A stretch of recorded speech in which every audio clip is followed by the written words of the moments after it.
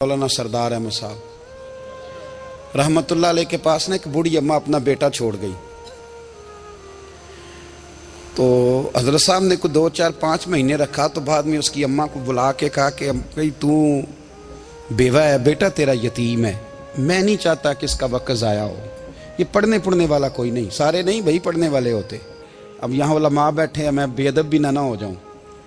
कुछ पूरे 8 साल लगा के भी आ जाते हैं, सनद भी उनके पास होती है। नाराज ना हो जाना, ये तो सब अच्छे लोग हैं। सनद होती है पर पता कोई नहीं होता। ये आला हजरत ने लिखी है बात। सनद होती है, पूरी डिग्री होती है, उस पर कई लोगों के साइन भी होते।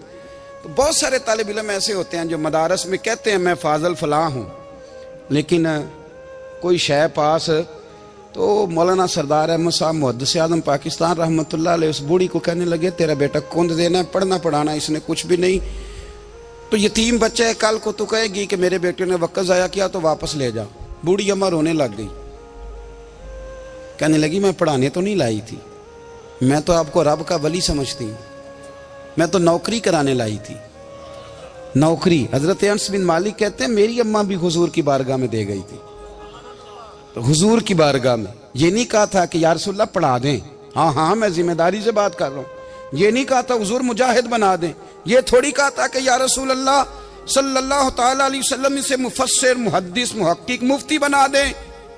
हजरत अनस की अम्मा कह गई थी सोनिया जब तक ये रहेगा ना आपकी नौकरी करेगा, ये घर के काम काज करेगा, ड्यूटी करेगा, हुजूर ये आपकी नौकरी करेगा। तो मेरे महबूब ने फिर दुआ कर दी, अल्लाह इसे बरकत अता फरमा। तुम समझता है खिदमत वाला खाली रह जाता है? जितना जायका खिदमत वाले को मिलता है, जो उसके नसीब में आता है, वो किसी का नसीब कहां भाई। हजरत अनस कहते हैं हुजूर ने दुआ कर दी, बरकत की। मुझे तो खेती बाड़ी आती भी नहीं थी, पर लोगों के बाग में साल में 1 दफा फल लगता था, मेरे बाग में 2 दफा लगता था। हुजूर ने दुआ कर दी अल्लाह इसे औलाद दे। फरमाते हैं मेरे बेटे, मेरे पोते, मेरे नवासे, मेरी बेटियां, फरमाते हैं मैं जिंदा हूं और मेरी 100 औलादे मौजूद हैं। परेशान हो गया 100 सुन के बच्चे 2 ही अच्छे, 100 औलादे मेरी मौजूद हैं। हजरत अनस बिन मौलाना सरदार अहमद साहब के पास ना छोड़ गई बच्चा, कहने लगी हजरत जी मैं को पढ़ाने के लिए थोड़ा छोड़ गई हूँ, मैं तो इसलिए छोड़ के गई हूँ कि आप मेहरबानी करें, खिदमत कराएं। तो हजरत जी कहने लगे कोई ऐसा काम ही नहीं, खिदमत वाला क्या कराऊं। कहने लगी पट्ठे पवा लिया करो जी। हूँ लड़ पेंदे ने, कहने ने बच्चे काम कर दें मदरसे का। हालांकि अब कहाँ बच्चे काम करते हैं, अब तो गुजर गया दौर, अब तो बच्चे काम कराते हैं। अब बच्चे भी नाराज हो रहे हैं, घूर घूर के देख रहे हैं। सही पह रहा हूँ आपको, बच्चे काम कराते हैं, बच्चे कहाँ काम करते हैं। कहने लगी ये चारा डाले करेगा आपकी भैंसों को। तो हजरत ने उसको कहा कि बीबी चारा मेरी भैंसों को डालने के लिए मैंने बंदा रखा हुआ है, तो तू जा ले जा। कहने लगी हाथ बांध के हुजूर मेहरबानी करें रख ले, चारा डालेगा। और पुत्र तवज्जो से चारा डालना हजरत की भैंसों को। रोने लगी, हजरत ने रख लिया, महीने का खर्चा भी देते।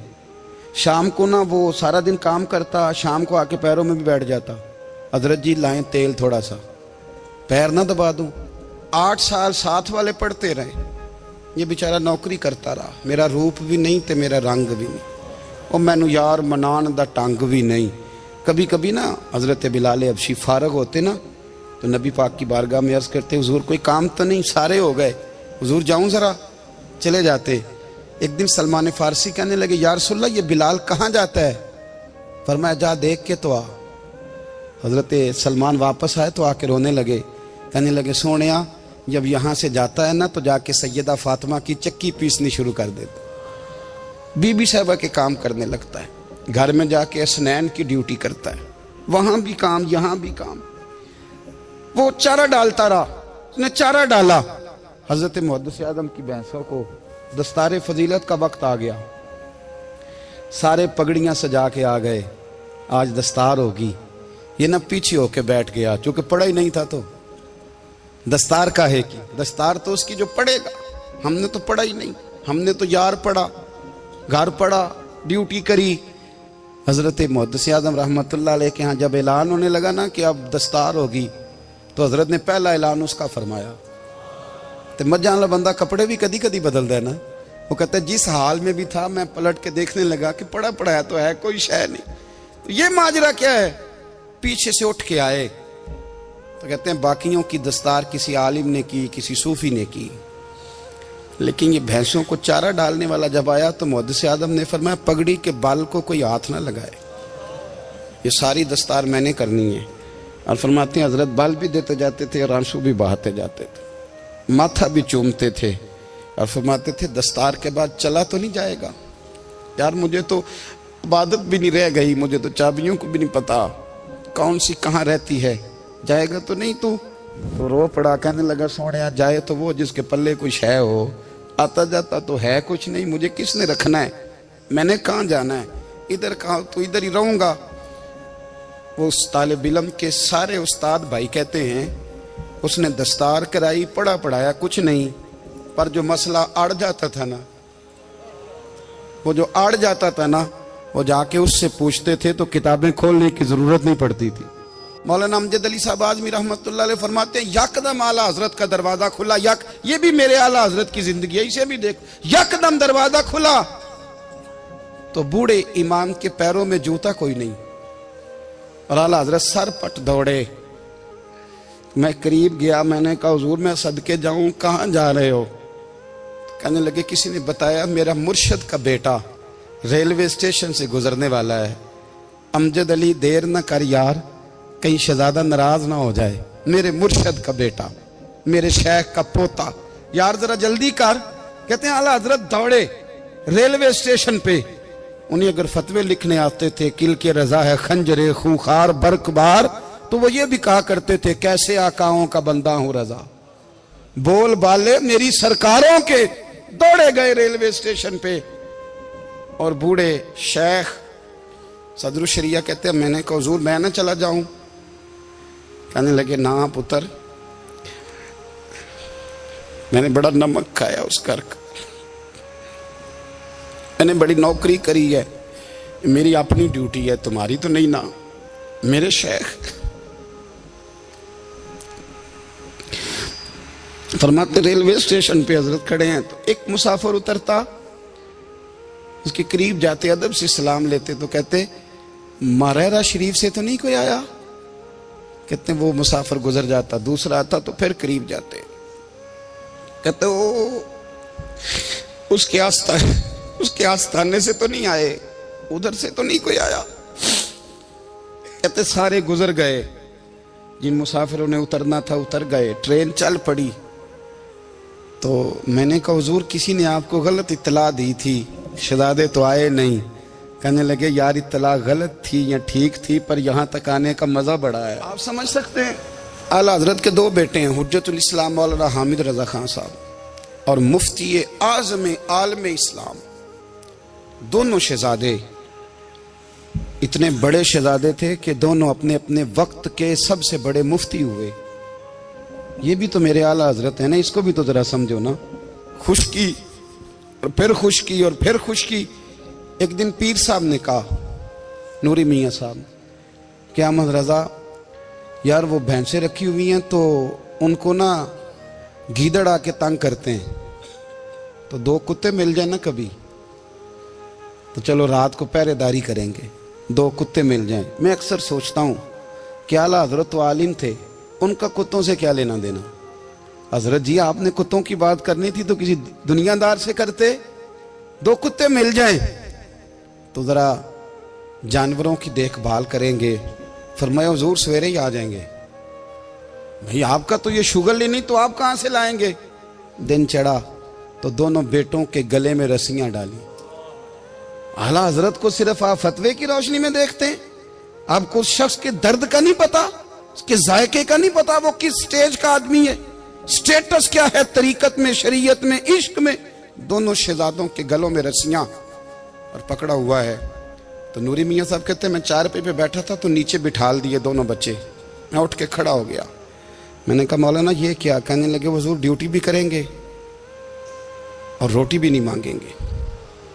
जिन्हां तना विच इश्क न रचिया कुत्ते ना थी चंगे, मालक देकर राखी कर दे साबर भुखे नंगे। किधर गया ज़ौक़, किधर गया वो दर्द?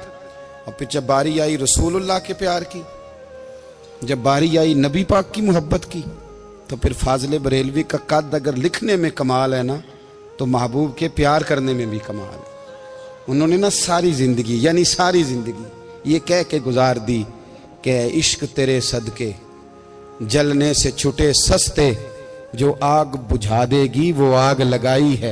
एक सैयद साहब थे, मकान बन रहा था आला हजरत का, तो सामने ना बिल्कुल लाइब्रेरी थी। तो जब मकान बन रहा होता है तो तब सारे मिस्त्री मजदूर अंदर ही होते हैं, तो सबका आना जाना था, सब लोग आते जाते थे बिला झिझक। तो वो सैयद साहब भी एक दिन आ गए, सामने लाइब्रेरी में मिले, फिर चले गए। कुछ दिनों के बाद घर मुकम्मल हो गया, अब औरतें भी आ गईं। तो शाह जी को पता नहीं था, वो पुराना ही माहौल समझ के ना, मौलाना ज़फ़रुद्दीन बिहारी कहते हैं पुराना ही माहौल समझ के तो अंदर आ गए। और जैसे ही अंदर दाखिल हुए, सामने घर की औरतें देखी, तो शाह जी माजरत माजरत माजरत करते परेशान हो गए। और फिर जब दोबारा पलटने लगे तो आला हजरत दौड़ के गए, हाथ चूमे, कहने लगे शाह जी आपको तो पता नहीं था, और आप मेहरबानी करें ये माजरत वाला लफ्ज़ वापस लें, ये मेरे घर की औरतें नहीं, ये तो सैयदों की बांदियां हैं, ये तो नौकरानियां हैं, तो आप मेहरबानी करें, ये अंदाज आपका जो है ये दुरुस्त नहीं, आप मेहरबानी में अंदर आए। और फिर सारे खानदान को लेके पर्दे के पीछे खड़ा किया और कहने लगे शाह जी को गलती लग गई, उन्होंने हमसे माजरत की, अब हम सारे मिलके उनसे माजरत करेंगे, इसलिए कि ये रसूलुल्लाह का खानदान। यार थोड़ा बहुत 2-4 लफ्ज जिस बंदे को आ जाए ना, 2-4 लफ्ज, मैं जाती तौर पे ना, आपको पता है मैं तो नात खानों से तो हमारी बनती नहीं, बहुत सारे नात खान तो हमें वैसे ही नहीं। मैं कहता हूँ नात आने दे जाने का नाम नहीं, नात तो कलाम का नाम है। किसी बुजुर्ग की बात पढ़ो, कुछ मतलब उसमें कुछ ज़ौक़ हो, कुछ दर्द हो, ये क्या बात हुई जो आजकल काम शुरू है। लेकिन आपको पता है हम नात खां की भी इज्जत करते हैं। मैं जिस नात खां से नात सुनता हूँ, मैं दिल की कल्ब की गहराई से उसका हया करता हूँ, मैं इकराम करता हूँ, अल्लाह जानता है, मैं एहसास देता हूँ, इसलिए कि मैं समझता हूँ ये जब बोलता है ना तो मुझे मदीने वाले की याद आती है, ये नबी करीम की याद दिलाता है, तो इसका एहसास है। आला हजरत फाजिल बरेलवी रहमतुल्लाह ताला अलैह ने नबी करीम से मोहब्बत की और हुजूर सैयद आलम सल्लल्लाहु अलैहि वसल्लम से ताल्लुक़ रखने वाली हर शय से मोहब्बत की। उन्होंने अपने ज़ौक़ को कभी फीका नहीं पड़ने दिया। सारी ज़िंदगी रसूलुल्लाह सल्लल्लाहु अलैहि वसल्लम का प्यार। थोड़े 2-4 लफ्ज़ मेरी तरह किसी शख्स को आ जाएं तो वो अदब अदाब के दायरों से निकल जाता है। वो हर चीज़ को किलो काल के जायके में रखता है। इसलिए मुल्ला रूमी फरमाया करते थे, सेठ आदमी होना जेब में पैसे हो तो उसका पीर कोई नहीं होता। अगर कोई ओहदा मिल जाए, बंदा किसी दर्जे पे पहुंच जाए, तो उस बंदे का भी मुर्शद है। और अगर 4 लफ्ज़ पढ़ जाए तो अक्सर मेरी तरह के बंदे खलीफे होते हैं, मुरीद नहीं होते। नाराज तो नहीं हो गए आप लोग? मेरी तरह के लोग ना खलीफे होते हैं, बताते हैं 14 जगह का खलीफा हूं, तो सवाल ये है कि गुलाम किसका है? मेरी खिलाफ थे। ओ खुदा के बंदे, गुलामी असल चीज है। आला हजरत फाजिल बरेलवी रहमतुल्लाह ताला अलैह ना लोगों से पूछते, जब कोई मदीने से आता, मक्के से आता, हज करके आता, तो पूछते मदीने गए थे? सदर शरिया रहमतुल्लाह अलैह फरमाते हैं, किसी ने कान में आके कहा हुजूर वो मोची हज करके आया। पक्की बात है हुजूर? हाँ। फरमाया चलो चलें। हजरत जी वो लिखना नहीं? तो मैं आके देखते हैं। हजरत मेहमान, ओए आके देखते हैं। कहते दौड़ने लगे, वो जूते गांठ रहा था। जाके पूछा हज करके आए हो? कहा हाँ। मदीना शरीफ गए थे? वो जिस बंदे के पास लोग तारीखें लेने जाएं तो टाइम ना मिले, भाई आज मदीने गए थे? कहने लगा जी बड़ा करम किया सरकार ने, मैं तो 1.5 महीना रह के आया हूं। कहते हैं जुब्बा कहीं, पगड़ी कहीं, कलम कहीं, शागिर्द कहीं, मुरीद कहीं, और अंदर नहीं, हुजरे के अंदर छुप के किसी की तादीम नहीं, चौक में मोची जूते गांठने वाला दुनिया देख रही है। आला हजरत झुके और मोची के पैर चूमने शुरू कर दिए। लोग पकड़ दें, हुजूर ये क्या? वो भी पैर करने लगे, पीछे हट जाओ। ये वो कदम है जो मेरे मुस्तफा करीम के दरे दौलत से होके आए। हरम की जमीन और कदम रख के चलना, अरे सर का मौका है वो जाने वाले। ये जायका, ये दर्द। तो आला हजरत ने ना ज़ौक़ वाली जिंदगी गुजारी, अदब वाली जिंदगी गुजारी, प्रेम वाला वक्त गुजारा, इश्क वाला वक्त गुजारा। हजरत बिलाल हबशी कभी सिपा सालार बने थे किसी जंग में, किसी सूबे के गवर्नर बने हो? बोलो तो सही यार। उनका तारुफ क्या था? नबी करीम के गुलाम। हुजूर के ना जो जाती मामलात थे ना, 20 अंसारी नौजवान थे जो हर वक्त नबी पाक के पास खड़े रहते थे कि हुजूर को हुक्म करें। 20 और 34 से लेकर 40 तक गुलाम हर वक्त हुजूर की बारगाह में रहते। हजरत बिलाल हुजूर के जाती मामलात की खिदमत करते थे। कोई ऐसी वो जो तबलीग की या दावत की या जंग की या जिहाद की कोई ड्यूटी नहीं वो करते थे, जाती खिदमत सरकार की। हजरत उमर फारूक वो शख्स हैं कि जिन्होंने कभी किसी बंदे को खातर में नहीं लाए वो, लेकिन जब हजरत बिलाल आते थे ना तो जनाब उमर उठ के खड़े होते थे, कुर्सी छोड़ते थे और फिर एक नारा लगाते थे, कहते थे या बिलाल अंता सैयदुना, बिलाल तू हमारा सरदार है यार, तू हमारा।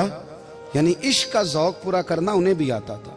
इसलिए मेरा मशवरा है, मेरी राय है, और जो मेरा हुक्म मानने वाले हैं उनके लिए मेरा हुक्म है कि ज़ौक़ ना कभी भी ख़राब करना, कभी भी ना ज़ौक़ ना ख़राब करना, अपना लुत्फ़। मैंने कई दफ़ा, मैं पहली दफ़ा मदीना शरीफ हाज़िर हुआ तो एक बाबा जी मेरे आगे आगे थे, तो उनको ना धक्के मार रहा था। वो सामने खड़े होते हैं ना, अल्लाह खैर फरमाए, अपनी अपनी ड्यूटियाँ ना, उनकी भी एक ड्यूटी है ना जी। तो धक्के मार रहा था तो बाबा उसे कह रहा था तेरी खैर होवे पहरेदारा, रोजे दी जाली चुम लैन दे। उन्हें फिर धक्का मारिया तो फिर उन्हें कहता तेरी खैर होवे पहरेदारा। मैंने, वो बिल्कुल अनपढ़ बाबा जी थे पर मुझे उन्होंने बहुत बड़ी बात समझा दी, मैंने उनसे बड़ा सीखा, मिंबर पे जिक्र कर रहा हूँ। वो तीसरी दफा फिर धक्का मारा, तेरी खैर होवे पहरेदारा, रोजे दी जाली। तो बाबा जी बाहर निकल आए तो मैं भी पीछे निकल आया। तो मैंने कहा बाबा जी यहाँ कुछ इन्होंने बांग्लादेशी और हिंदुस्तानी भी रखे हुए हैं, पर ये तो अरबी था खालस। उन्होंने कदों ਤੁਹਾਡੀ भी समझ आती सी, ਤੁਸੀਂ पंजाबी का शेर सुनाई जा रहे हो। कहते पुत्र मैनू भी पता है उन्होंने नहीं समझ आ रही, पर मैं तो अपना रांझा पै राजी करता सा। मैनू पता है उन्होंने कहा ओ यार असी रांझा भी तो राजी करना है कि नहीं, कि सारी जिंदगी किलो काल के झगड़े में पड़े रहना है। ऐ इश्क तेरे सदके जलने से छुटे सस्ते, जो आग बुझा देगी वो।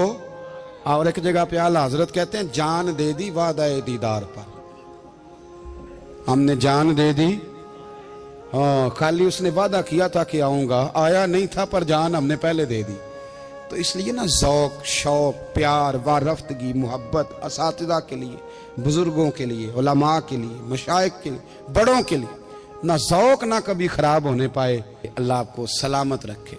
और कुछ दुआएं मैंने दे दी हैं, कुछ अल्लाह जानता है मेरे दिल में हैं, वो मैं देता रहता हूँ। अल्लाह आपको हमेशा शाद व आबाद फरमाए।